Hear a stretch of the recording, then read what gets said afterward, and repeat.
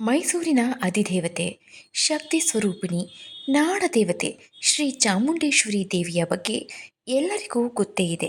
ಆದರೆ ಚಾಮುಂಡಿ ವರ್ಧಂತಿ ಎಂದರೇನು? ಇದನ್ನು ಏಕೆ ಆಚರಿಸಲಾಗುತ್ತೆ? ಇದರ ಹಿಂದೆ ಇರುವ ಇತಿಹಾಸವೇನು ಎಂಬುದು ಅನೇಕರಿಗೆ ತಿಳಿದಿಲ್ಲ.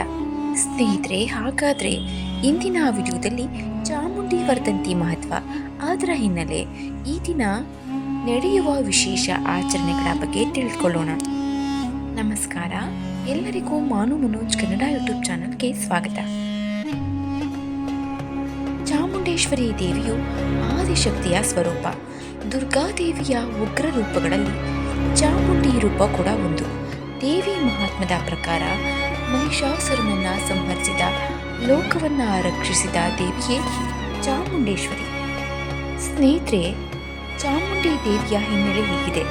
ಪುರಾಣಗಳ ಪ್ರಕಾರ ಲೋಕಕ್ಕೆ ಕಂಟಕರಾಗಿದ್ದ ಚಂಡ ಮತ್ತು ಮುಂಡ ಎಂಬ ರಾಕ್ಷಸರನ್ನ ಸಂಹಾರ ಮಾಡಿದ್ರಿಂದ ಈಕೆಗೆ ಚಾಮುಂಡ ಅಥವಾ ಚಾಮುಂಡಿ ಎಂಬ ಹೆಸರು ಬಂತು. ಮೈಸೂರು ಭಾಗವನ್ನ ಆಳುತ್ತಿದ್ದಂಥ ಎಮ್ಮೆಯ ಮುಖವುಳ್ಳ ರಾಕ್ಷಸ, ಅವನನ್ನ ಮಹಿಷಾಸುರ ಅಂತ ಕರಿತಾ ಇದ್ರು. ಈ ಮಹಿಷಾಸುರನನ್ನು ಕೂಡ ಮೈಸೂರಿನ ಚಾಮುಂಡಿ ಬೆಟ್ಟದ ಮೇಲೆಯೇ ದೇವಿ ಸಂಹಾರ ಮಾಡಿದಳು ಅಂತ ನಂಬಲಾಗಿದೆ.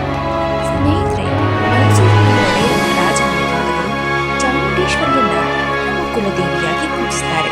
ವಿಶ್ವಪ್ರಸಿದ್ಧ ಮೈಸೂರು ದಸರಾ ಹಬ್ಬದ ಪ್ರಮುಖ ಆಕರ್ಷಣೆಯಾದ ಜಂಬೂ ಸವಾರಿಯಲ್ಲಿ 750 ಕೆಜಿ ಚಿನ್ನದ ಅಂಬಾರಿಯಲ್ಲಿ ಇದೇ ಚಾಮುಂಡಿ ದೇವಿಯ ಉತ್ಸವ ಮೂರ್ತಿಯನ್ನು ಇಟ್ಟು ನಗರದಾದ್ಯಂತ ಮೆರವಣಿಗೆ ಮಾಡಲಾಗಿದೆ. ಚಾಮುಂಡಿ ಬೆಟ್ಟ ಕ್ರೌಂಚ ಪೀಠ ಎಂದು ಕರೆಯಲ್ಪಡುವ ಪ್ರಮುಖ ಶಕ್ತಿಪೀಠಗಳಲ್ಲಿ ಒಂದು. ಸತಿದೇವಿಯ ಕೂದಲು ಬಿದ್ದ ಪವಿತ್ರ ಸ್ಥಳ ಇದು ಎನ್ನುವುದು ಕೂಡ ನಂಬಿಕೆ ಇದೆ. ದೇವಸ್ಥಾನದಲ್ಲಿರುವ ದೇವಿಯ ಮೂರ್ತಿಯು 8 ಕೈಗಳನ್ನು ಹೊಂದಿದ್ದು ಅಷ್ಟಭುಜಳಾಗಿ ಸಿಂಹವಾಹಿನಿಯಾಗಿ ಕಂಗೊಳಿಸುತ್ತಿದ್ದಾಳೆ ತಾಯಿ. ಸ್ನೇಹಿತರೆ, ಚಾಮುಂಡೇಶ್ವರಿ ದೇವಿಯು ಆದಿಶಕ್ತಿಯ ಸ್ವರೂಪ. ದುರ್ಗಾದೇವಿಯ ಉಗ್ರ ರೂಪಗಳಲ್ಲಿ ಚಾಮುಂಡಿ ಕೂಡ ಸೇರ್ಕೊಂಡಿದೆ. ಮೈಸೂರು ನಗರದ ಹೆಸರು ಕೂಡ ಮಹಿಷಾಸುರನ ಕಥೆಯೊಂದಿಗೆ ಸಂಬಂಧವನ್ನು ಹೊಂದಿದೆ. ಮಹಿಷಾಸುರನ ವಧೆಯ ನಂತರ ತಾಯಿ ಇಲ್ಲೇ ಚಾಮುಂಡಿ ಬೆಟ್ಟದಲ್ಲಿ ನೆಲೆಗೊಳ್ತಾಳೆ ಅಂತ ಹೇಳಲಾಗುತ್ತೆ. ಈ ವರ್ಧಂತಿ ಅಂದರೆ ಏನು? ಈ ವರ್ಧಂತಿ ಅಂದರೆ ಚಾಮುಂಡಿ ತಾಯಿಯ ಜನ್ಮದಿನ. ಚಾಮುಂಡಿ ವರ್ಧಂತಿ ಅಂದರೆ ಮೈಸೂರು ಚಾಮುಂಡೇಶ್ವರಿ ದೇವಾಲಯದ ಐತಿಹಾಸಿಕ ಪರಂಪರೆಯನ್ನು ಸ್ಮರಿಸುವ ವಿಶೇಷ ಆಚರಣೆ. ಈ ದಿನ ದೇವಿಗೆ ಮಹಾಭಿಷೇಕ, ವಿಶೇಷ ಅಲಂಕಾರ, ಹೋಮ, ಪೂಜೆ, ಮಹಾಮಂಗಳಾರತಿ ನಡೆಯುತ್ತೆ.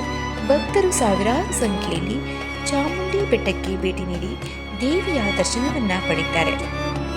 ಸ್ನೇಹಿತರೆ, ಸಮುದ್ರ ಮಟ್ಟದಿಂದ ಸುಮಾರು 3500 ಅಡಿ ಎತ್ತರದಲ್ಲಿರುವ ಚಾಮುಂಡಿ ಬೆಟ್ಟದ ಮೇಲೆ ದೇವಾಲಯವಿದೆ. ಮೈಸೂರು ಅರಸರ ಕುಲದೇವಿಯಾಗಿ ಚಾಮುಂಡೇಶ್ವರಿಯನ್ನ ಪೂಜಿಸಲಾಗ್ತಾ ಇದೆ. ವಿಜಯದಶಮಿ ದಸರಾ ಉತ್ಸವದಲ್ಲಿ ಈ ದೇವಿಗೆ ವಿಶೇಷವಾದ ಪೂಜೆಗಳು ನಡೆಯುತ್ತೆ. ದೇವಾಲಯದ ಸಮೀಪದಲ್ಲೇ ಇರುವ ಮಹಾನಂದಿ ಹಾಗೂ ಮಹಿಷಾಸುರನ ಪ್ರತಿಮೆಗಳು ಪ್ರವಾಸಿಗರನ್ನ ಆಕರ್ಷಿಸ್ತಾ ಇವೆ. ಸ್ನೇಹಿತರೆ, ಚಾಮುಂಡಿ ವರ್ಧಂತಿಯಂದು ವಿಶೇಷ ಪೂಜೆಗಳು, ಕುಂಕುಮಾರ್ಚನೆ, ನಿಂಬೆಹಣ್ಣಿನ ದೀಪ, ದುರ್ಗಾ ಸಪ್ತಶತಿ ಪಾರಾಯಣ, ಅನ್ನದಾನ ಮತ್ತು ದಾನ ಧರ್ಮ ಮಾಡೋದು. ಕುಟುಂಬದ ಕ್ಷೇಮಕ್ಕಾಗಿ ದೇವಿಯ ಆಶೀರ್ವಾದವನ್ನು ಪಡೆದುಕೊಳ್ಳಿ. ಚಾಮುಂಡೇಶ್ವರಿ ದೇವಿ ನಮಗೆ ಒಂದು ಮಹತ್ವದ ಸಂದೇಶವನ್ನು ನೀಡುತ್ತಾಳೆ. ಅಹಂಕಾರ ಎಷ್ಟೇ ದೊಡ್ಡದಾಗಿದ್ರೂ ಧರ್ಮದ ಮುಂದೆ ಸೋಲಬೇಕು. ಸತ್ಯ, ಭಕ್ತಿ, ಧೈರ್ಯ ಯಾವಾಗಲೂ ವಿಜಯಶಾಲಿಯಾಗಿರುತ್ತೆ.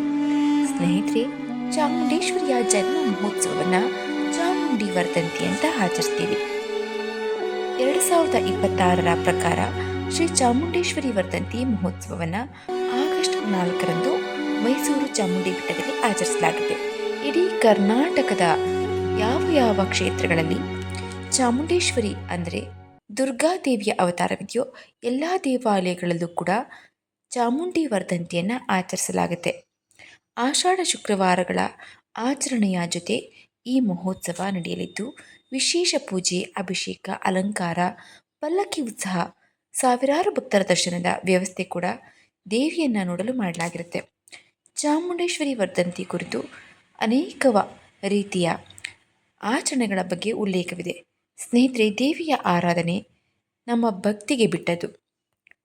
ಚಾಮುಂಡಿ ವರ್ಧಂತಿ ಎಂಬ ಒಂದು ಮಹೋತ್ಸವವನ್ನು ಭಕ್ತಿಯಿಂದ ನಿಷ್ಕಲ್ಮಶವಾಗಿ ಆಚರಿಸಿದ್ರೆ ಖಂಡಿತ ತಾಯಿಗೆ ಮುಟ್ಟುತ್ತೆ. ಚಾಮುಂಡಿ ವರ್ಧಂತಿಯ ಬಗ್ಗೆ ನಿಮಗೆ ಮಾಹಿತಿ ಇಷ್ಟವಾಗಿದ್ದರೆ ವಿಡಿಯೋವನ್ನು ಲೈಕ್ ಮಾಡಿ, ಶೇರ್ ಮಾಡಿ. ಇಂತಹ ದೇವಾಲಯಗಳ ಇತಿಹಾಸ, ಪುರಾಣ ಕಥೆಗಳು, ಆಧ್ಯಾತ್ಮಿಕ ಮಾಹಿತಿಗಾಗಿ ನಮ್ಮ ಚಾನಲನ್ನು ಸಬ್ಸ್ಕ್ರೈಬ್ ಮಾಡ್ಕೊಳ್ಳಿ. ಮುಂದಿನ ವಿಡಿಯೋದಲ್ಲಿ ಸಿಗೋಣ. ಧನ್ಯವಾದ.